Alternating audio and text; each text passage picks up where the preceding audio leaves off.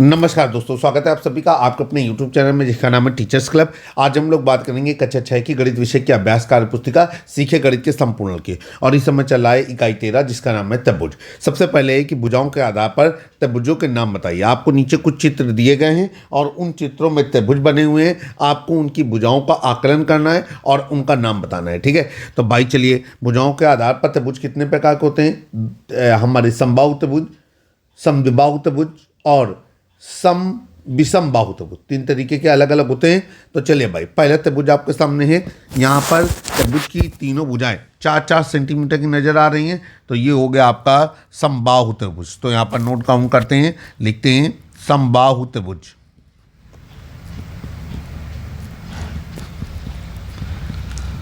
इसके बाद अगला त्रिभुज देखेंगे। अगले त्रिभुज की भुजाएं 4 सेंटीमीटर, 5 सेंटीमीटर और 5.5 सेंटीमीटर है। तो ये हो गया हमारा विषम बाहु त्रिभुज। तो यहाँ पर नोट डाउन किया, विषम बाहु त्रिभुज, मतलब तीनों भुजाएं अलग अलग मार्क पे हैं।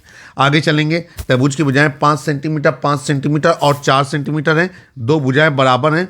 तो ये है आपका समद्विबाहु त्रिभुज। समद्विबाहु त्रिभुज। आगे चलते हैं। आगे है हमारा कि त्रिभुज की भुजाएं जो हैं तीनों, दो भुजाएं समान हैं, 6.3 सेंटीमीटर और 6.3 सेंटीमीटर। तो ये हो गया आपका समद्विबाहु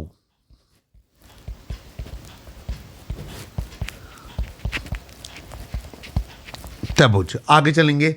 ये है आपका 5.5 सेंटीमीटर, 4.5 सेंटीमीटर और 6.5 सेंटीमीटर। तीनों भुजाएं अलग अलग माप की हैं। तो यहाँ पर हो जाएगा आपका विषम बाहु त्रिभुज। आगे चलेंगे। अब 4 सेंटीमीटर, 4 सेंटीमीटर और 6 सेंटीमीटर, दो भुजाएं बराबर हैं। तो समद्विबाहु त्रिभुज।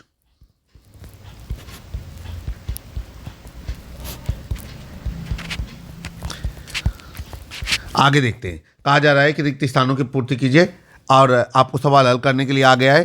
पहला सवाल है आपका कि एक त्रिभुज जिसकी सभी भुजाएं असमान लंबाई की हों, खाली जगह त्रिभुज कहलाता है। आप भली बात ही जानते हैं कि अगर ऐसा कोई त्रिभुज है तो वो कहलाएगा हमारा विषम बाहु त्रिभुज। तो यहाँ पर लिखा विषम बाहु, बाहु मीन्स होती है भुजाएं। तो विषम बाहु त्रिभुज, विषम मीन्स असमान। अब है त्रिभुज में खाली जगह, अंतःकोण खाली जगह, भुजाएं खाली जगह, शीर्ष होते हैं। तो मतलब हम यहाँ से समझ पा रहे हैं कि आपको बताना है कि त्रिभुज में कितने अंतःकोण होते हैं, कितनी भुजाएं होती हैं और कितने शीर्ष होते हैं। ठीक है, आइए हल करते हैं इनको। तो त्रिभुज में 3 अंतःकोण, 3 भुजाएं एवं 3 शीर्ष होते हैं। ठीक है, फिर आगे चलेंगे। अगला है आपका कि त्रिभुज की दो भुजाओं का अंतर तीसरी भुजा से, ठीक है, तो भाई त्रिभुज का दो भुजाओं का अंतर जो है वो तीसरी भुजा से सदैव क्या होता है? कम होता है। तो यहाँ पर लिख दिया कम। ये प्रमेय भी है। आगे, त्रिभुज की दो भुजाओं का योग तीसरी भुजा से क्या होता है? अधिक होता है। ठीक, तो यहाँ पर लिखेंगे त्रिभुज की किन्हीं दो भुजाओं का योग तीसरी भुजा से अधिक होता है। आगे चलेंगे। जिस त्रिभुज का एक कोण समकोण हो वह कहलाता है। तो भाई ऐसा त्रिभुज क्या कहलाता है? वो कहलाता है समकोण त्रिभुज।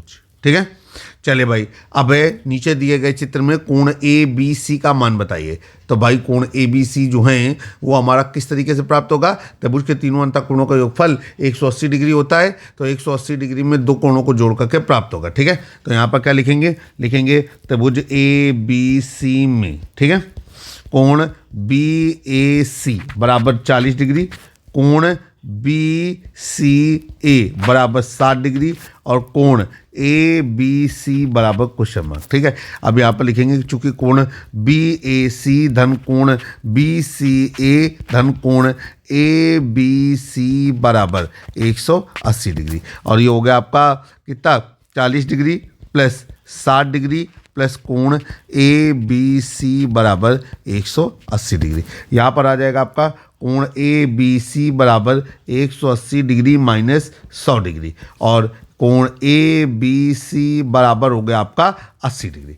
आइए आगे चलते हैं। कहा जा रहा है निम्नलिखित विकल्पी प्रश्नों को हल कीजिए। करें किसी त्रिभुज में विकर्णों की संख्या कितनी होती है। भाई आपको पता है कि त्रिभुज में विकर्णों की संख्या कितनी होती है, 0। ठीक है, क्योंकि त्रिभुज में कोई विकर्ण नहीं होता, चूंकि सभी शीर्ष एक दूसरे से आसन्न होते हैं, ठीक है, जुड़े होते हैं। तो यहाँ पर विकर्णों की संख्या कितनी हो गई, 0। अब दी गई आकृति में त्रिभुजों की संख्या कितनी है, तो भाई इस जो आपको आकृति दी गई है उसमें जो त्रिभुजों की संख्या जो है आपको बताना है। क्वेश्चन आप आ गया है कि निम्नलिखित कोणों में से अधिक कोणों की संख्या बताइए, कितनी है। अधिक कोण भाई अगर देखेंगे तो अधिक कोण होता है आपका जो 0 डिग्री से 90 डिग्री से बड़ा और 180 डिग्री से छोटा। तो यहाँ पर एक अधिक कोण बन रहा है कितना, 135 डिग्री, ठीक है, और एक अधिक कोण बन रहा है हमारा 155 डिग्री। तो अधिक कोणों की संख्या यहाँ पर 2 है और यहाँ पर 2 कोई विकल्प नहीं है, इसलिए हमने यहाँ पर टिक किया कि इनमें से कोई नहीं। तो यहाँ पर टिक कर दिया कि विकल्प नंबर डी, इनमें से कोई नहीं, क्योंकि हमारे अनुसार जो यहाँ पर अधिक कोण बन रहा है वो हमारी संख्या में 2 है। आइए चलते हैं क्वेश्चन नंबर 5। कहा जा रहा है कि यदि 2 कोणों का योग एक अधिक कोण के बराबर है तो निम्नलिखित में से कौन सा विकल्प संभव नहीं है। ठीक है, तो कह रहे हैं 2 कोणों का योग एक अधिक कोण के बराबर है। ठीक, आप कह रहे हैं निम्नलिखित में कौन सा विकल्प संभव नहीं है, एक अधिक कोण और एक न्यून कोण। फिर कह रहा है एक समकोण और एक न्यून कोण, इसके बाद 2 न्यून कोण, ठीक है, और 2 समकोण। ठीक है भाई, देखिए 2 समकोण अगर आपस में हो जाएंगे तो इसका मतलब हो जाएगा कि वो 180 डिग्री, ठीक है, और 2 न्यून कोण, तो न्यून कोण 0 डिग्री से बड़े और 180 डिग्री से छोटे होते हैं। तो 2 न्यून कोण जुड़ करके हमारे अधिक कोण बनाएंगे, एक समकोण और एक न्यून कोण जुड़ करके भी अधिक कोण बनाएगा, और एक अधिक कोण और एक न्यून कोण जुड़ करके भी अधिक कोण बनाएगा। जबकि 2 समकोण अगर मिल जाएंगे तो ये ऋज कोण का निर्माण करेंगे। तो विकल्प नंबर डी जो है वो संभव नहीं है। आगे चलते हैं क्वेश्चन नंबर 6। कहा जा रहा है कि आकृति में ए बी बराबर बी सी। तो ये देखिए भाई, जो ए बी है वो हमारा बी सी के बराबर है। इसके बाद कह रहा है कि ए डी बराबर बी डी बराबर डी सी, ए डी बराबर बी डी बराबर डी सी। तो कह रहा है समद्विबाहु त्रिभुजों की संख्या यहाँ पर कितनी है। ठीक है, काउंट कर लीजिए भाई, सारी चीज़ें तो आपको बता दी गई हैं। तो जब हम यहाँ पर देखते हैं तो हमको पता चलता है कि यहाँ पर 3 समद्विबाहु त्रिभुज हैं। ठीक है, ऐसे त्रिभुज जिनकी 2 भुजा बराबर हैं समद्विबाहु त्रिभुज कहलाते हैं। तो यहाँ पर हमने विकल्प नंबर किया 3। पहला क्या है, पहला आप देखेंगे ए डी बराबर बी डी। ठीक है, तो ये एक त्रिभुज हमारा समद्विबाहु त्रिभुज निकला, ये वाला, ये। इसके बाद आपसे कह रहा है बी डी बराबर डी सी, तो ये हमारा एक समद्विबाहु त्रिभुज निकला, और एक समद्विबाहु त्रिभुज हमारा जो है वो है ए बी सी, चूंकि ए बी बराबर बी सी आपको दिया गया है। आगे चलेंगे। कहा जा रहा है कि आकृति में ए बी लंब सी डी, आपको दिख रहा है कि ए बी सी डी के साथ 90 डिग्री का कोण बना रहा है। तो कह रहे हैं समकोण त्रिभुजों की संख्या कितनी है। तो यहाँ पर हमको समकोण त्रिभुज कितने दिख रहे हैं, 2 दिख रहे हैं। एक समकोण त्रिभुज ए बी सी मिल रहा है और एक समकोण त्रिभुज ए बी डी मिल रहा है। तो इनको हम यहाँ पर विकल्प नंबर 2 पे टिक कर देंगे। अगला चलते हैं।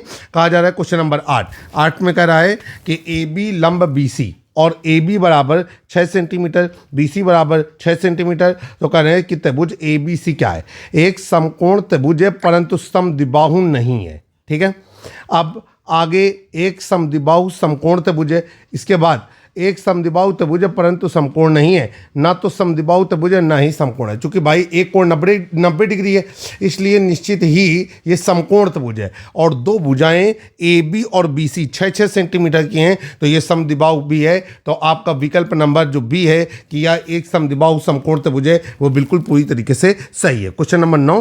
कहा जा रहा है निम्नलिखित में से उत्तर दीजिए। कह रहा है आपसे क्वेश्चन नंबर 9 में कि निम्न आकृति 1 और 2 में क्या समानता है। आपको बताना है कि इनमें जो है समानता क्या है। चलिए भाई, अब तो समानता ये है कि ये दोनों ही आकृतियां जो हैं, ये एक रेखाखंड हो गया और ये 2 रेखाखंड हो गया और ये 3 रेखाखंड हो गया। ये एक रेखाखंड हो गया, ये 2 रेखाखंड हो गया और ये 3 रेखाखंड है। तो समानता है कि तीनों में, दोनों आकृतियों में 3-3 रेखाखंड प्रयोग किए गए हैं। तो यहाँ पर लिखेंगे दोनों आकृतियों में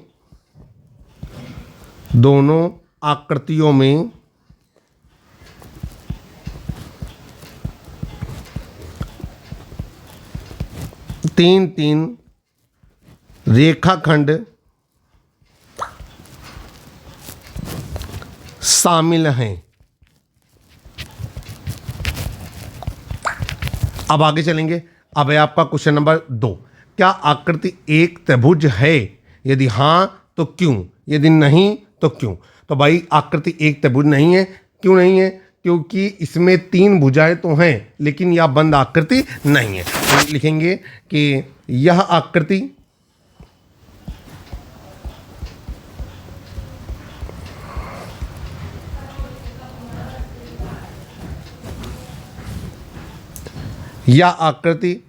त्रिभुज नहीं है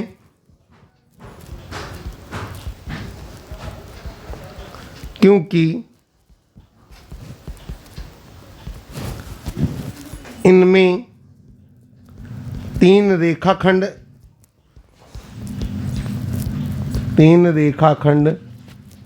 होने के बाद भी यह बंद आकृति नहीं है। जबकि त्रिभुज एक बंद आकृति होता है तो ये एक बंद आकृति नहीं है। अब आपका अगला सवाल है क्वेश्चन नंबर 10। कहा जा रहा है कि चांदे का प्रयोग किए बिना 2 न्यून कोण और एक अधिक कोण त्रिभुज खींचिए। ठीक है, और एक अधिक कोण त्रिभुज खींचिए और आप कह रहा है इन कोणों की मापों का आकलन कीजिए। इनको चांदी की माप से देखिए कि आपका आकलन कितना सही है। तो भाई 2 न्यून कोण और एक अधिक कोण त्रिभुज आपको खींचना है। इसके लिए आप जानते हैं न्यून कोण क्या होते हैं। न्यून कोण त्रिभुज ऐसा त्रिभुज जिसके कोण 0 डिग्री से बड़े और 90 डिग्री से छोटे होते हैं, न्यून कोण त्रिभुज होता है। और अधिक कोण त्रिभुज क्या होता है? ऐसा त्रिभुज जिसका एक कोण, ठीक है, वो क्या होता है? अधिक कोण होता है, तो वो अधिक कोण त्रिभुज कहलाता है। आपको आईडीए से पटरी की सहायता से ऐसे कोण बनाना है और बनाने के बाद चांदी की सहायता से उनको नापना है। तो मुझे उम्मीद है कि आप इसको बेहतर तरीके से बना पाएंगे। आइए देखते हैं। अगर आप न्यून कोण बनाना चाहेंगे तो वो कुछ इस तरीके का एक हमने डायग्राम खींचा है, वो इस तरीके का बन सकता है यहाँ पर। और इसके बाद आप इसकी नाप कर लेंगे। हमने इसका नाम डाल दिया ABC। और अगर अधिक कोण त्रिभुज बनाना चाहते हैं तो आप इस तरीके से बनाएंगे। इसके बाद ये यहाँ पे ऐसे किया और फिर हमने इनको आपस में मिला दिया ऐसे। तो दोनों को बनाने के बाद आपको इसका आकलन करना है कि आपके द्वारा बनाई गई आकृति जो है वो सही है या नहीं सही है। अगला सवाल देखते हैं। क्वेश्चन नंबर 11 कह रहे हैं कि त्रिभुज है। तो त्रिभुज क्या है? त्रिभुज है हमारा 3 रेखाखंडों से घिरी हुई बंद आकृति। ठीक है, ये आप सभी लोग जानते हैं कि त्रिभुज जो है वो 3 रेखाखंडों से घिरी हुई बंद आकृति होती है। तो यहाँ पर हमने टिक कर दिया। अगला है कि भुजाओं के आधार पर त्रिभुज कितने प्रकार के होते हैं? तो भुजाओं के आधार पर त्रिभुज 3 प्रकार के होते हैं, समबाहु त्रिभुज, विषमबाहु त्रिभुज और समद्विबाहु त्रिभुज। ठीक है, चलिए भाई आगे चलते हैं। कहा जा रहा है कि जो कथन सत्य है उसके आगे टी लिखिए, जो कथन असत्य है उसके आगे आप एफ लिखिए। नंबर 1 कह रहे हैं जिस त्रिभुज की तीनों भुजाएं समान होती हैं उसे समद्विबाहु त्रिभुज कहते हैं। तो ये कथन हमारा गलत है, क्योंकि अगर तीनों भुजाएं समान हैं तो वो समबाहु त्रिभुज कहलाएगा। 3 भुजाओं से बनी हुई आकृति को त्रिभुज कहते हैं। तो ये बिल्कुल सही है, कथन सत्य है। आगे चलेंगे। त्रिभुज के तीनों अंतःकोणों का योगफल 180 डिग्री होता है। ये कथन भी बिल्कुल पूरी तरीके से सही है। जिस त्रिभुज की तीनों भुजाएं असमान होती हैं उसे समबाहु त्रिभुज कहते हैं। ये गलत है, क्योंकि अगर भुजाएं असमान होती हैं तो उसे कहते हैं विषमबाहु त्रिभुज। अगला है आपका कि त्रिभुज के तीनों कोणों का योग 180 डिग्री होता है। त्रिभुज के तीनों कोणों का योग 3 समकोण होता है, और 3 समकोण का मतलब होता है 3 × 90 डिग्री, 9 × 3 = 27, 270 डिग्री। तो ये भी हमारा कथन जो है वो गलत है। आगे चलेंगे। त्रिभुज के किन्हीं 2 भुजाओं की लंबाई का अंतर तीसरी भुजा की लंबाई से जो है वो कम होता है। तो ये कथन भी हमारा जो है वो क्या है कि सत्य है। तो यहाँ पर हम टी लिख देंगे, ट्रू लिख देंगे। अब अगला नंबर है कि त्रिभुज के भीतरी कोण को बाह्य कोण कहते हैं। ये कथन हमारा गलत है। जो भीतरी कोण है उन्हें हम अंतः कोण कहते हैं, जो बाहर की ओर कोण है उन्हें बाह्य कोण कहते हैं। अब कह रहे हैं जिस त्रिभुज के तीनों कोण न्यून कोण हो वो समकोण त्रिभुज कहलाता है। ये बिल्कुल गलत है। तो यहाँ पर हमने लिखा फॉल्स, क्योंकि जिसके 3 कोण हमारे न्यून कोण होते हैं वो समकोण त्रिभुज नहीं होता। समकोण त्रिभुज की परिभाषा होती है कि त्रिभुज का एक कोण 90 डिग्री होना जरूरी है। कह रहे हैं कि 0 डिग्री का कोण न्यून कोण होता है, ये भी कथन गलत है। 0 डिग्री के कोण को हम शून्य कोण कहते हैं। आगे है कि एक त्रिभुज के दो कोणों का योग 180 डिग्री है तो उसका कोण तीसरा कोण 90 डिग्री होगा, बिल्कुल गलत है। उसका तीसरा कोण 60 डिग्री होता है, क्योंकि जो त्रिभुज का नियम होता है वो नियम ये होता है कि त्रिभुज के तीनों अंतः कोणों का योगफल 180 डिग्री होता है। तो ये कथन हमारा जो है वो फाल्स हो गया। आगे चलते हैं, कह रहे हैं क्वेश्चन नंबर 14, कोण के आधार पर त्रिभुज के प्रकार बताइए। तो भाई कोणों के आधार पर त्रिभुज कितने प्रकार के होते हैं आप ही बताइए। एक तो हो गया आपका न्यून कोण त्रिभुज, एक हो गया आपका समकोण त्रिभुज, और एक हो गया आपका अधिक कोण त्रिभुज। तो ये हो गया हमारा 3 प्रकार का। तो यहाँ पर हम 3 को टिक कर देंगे। आगे चलते हैं कि निम्नलिखित आकृति में से त्रिभुजों की संख्या कितनी है। आपको यहाँ पर एक आकृति बनी हुई है, आपको काउंट करना है। बहुत आसान सवाल है, इसमें बताने जैसा कुछ भी नहीं है। यहाँ पर कितने त्रिभुज बन रहे हैं, 1 2 3 4 5 त्रिभुज बन रहे हैं। ये आपका एक त्रिभुज, 2 त्रिभुज, इसके बाद हमारा ये तीसरा त्रिभुज है, चौथा त्रिभुज है और 5वां त्रिभुज है। तो कुल 5 त्रिभुज बन रहे हैं। अब आगे चलेंगे, कहा जा रहा है सर्वांग सम किसे कहते हैं। आकृतियों में समान हो परंतु आकार में भिन्न हो। आकार भिन्न हो किंतु आकृति भिन्न हो। आकृति भिन्न हो और आकृति तथा आकार समान हो। और अगला है आकार समान हो परंतु आकृति भिन्न हो। तो यहाँ पर सर्वांग सम की जो परिभाषा है उसका परिभाषा के अनुसार आकृति और आकार दोनों का बराबर होना जरूरी है। सर्वांग सम का अगर हम संधि विच्छेद करेंगे तो उसका मतलब निकलता है सर्वांग सम। आगे चलते हैं, क्वेश्चन नंबर 17, कहा जा रहा है कि सर्वांग समता निम्नलिखित में से किसमें नहीं है। ठीक है, अब आप देखते हैं, आपके सामने आकृतियाँ बनी हुई हैं, आपको बताना है कि सर्वांग समता किसमें नहीं है। तो आपको पहली आकृति देख रहे हैं कि एक छोटी और एक बड़ी, इसलिए इसमें सर्वांग समता नहीं है, क्योंकि सर्वांग समता का मतलब होता है सर्वांग सम। आगे चलते हैं, कह रहे हैं 2 वृत्त सर्वांग सम होते हैं यदि उनकी जीवाएँ समान हैं, अर्धवृत्त के कोण बराबर हैं, उनके चाप समान हैं और उनकी त्रिज्याएं समान है। तो भाई आपको पता होना चाहिए कि अगर 2 वृत्त सर्वांग सम हैं, ऐसी स्थिति में उनकी त्रिज्याएं समान होना जरूरी होता है। तो विकल्प नंबर डी को हम यहाँ पर टिक करेंगे। आगे चलते हैं, क्वेश्चन नंबर 19, नीचे 2 रेखाखंड दिए गए हैं, दोनों रेखाखंड सर्वांग सम हैं। यदि ए बी 5.6 सेंटीमीटर है तो सी डी की लंबाई कितनी होगी। भाई चूंकि दोनों रेखाएं सर्वांग सम है, इसका मतलब है सर्वांग सम, इसलिए जितनी रेखाखंड ए बी की लंबाई होगी उतनी ही रेखाखंड सी डी की लंबाई होगी। तो विकल्प नंबर 20 सही है, 5.6 सेंटीमीटर। अब है अगला क्वेश्चन, क्वेश्चन नंबर 20, कहा जा रहा है कि चित्र में कोण पी ओ क्यू या हमारा कोण क्यू ओ और आर ये 45 डिग्री के। अब आगे आपसे कह रहा है कोण एस ओ क्यू बराबर कोण पी ओ आर, ये आपसे कह रहा है। तो कह रहे हैं कि इसका मान क्या होगा। तो चलिए भाई, इसके मान को हमको पता लगाना है। तो आपको बताना चाहते हैं कि इसका मान जो है वो हमारा निकलेगा, इसको हम काउंट करेंगे तो ये हो गया हमारा कोण एस ओ क्यू। तो पूछा गया है एस ओ क्यू और हमें दिया गया है पी ओ आर। ठीक, तो पी ओ क्यू। चलिए भाई, अब यहाँ पर हम थोड़ा सा करते हैं, जरा समझने की कोशिश करिएगा। कोण एस ओ क्यू, तो यहाँ पर कोण एस ओ क्यू क्या है, कोण एस ओ आर, ठीक है, प्लस कोण क्यू ओ एस या एस ओ क्यू बराबर कोण पी ओ आर। तो ये हो जाएगा आपका कोण पी ओ क्यू प्लस कोण क्यू ओ आर। ठीक है, अब यहां पर जरा समझेंगे, कोण क्यू ओ आर और कोण क्यू ओ आर और कोण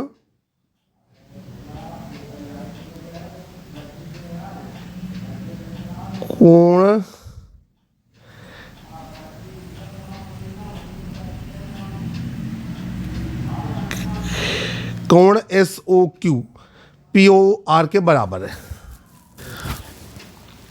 तो चलिए भाई, कोण POQ जो है वो हमारा POQ ये हमारा 45 डिग्री का है, और कोण QOR ये हमारा 45 डिग्री का है। तो ये 45 और 45 कितने डिग्री का हो गया? 90 डिग्री का।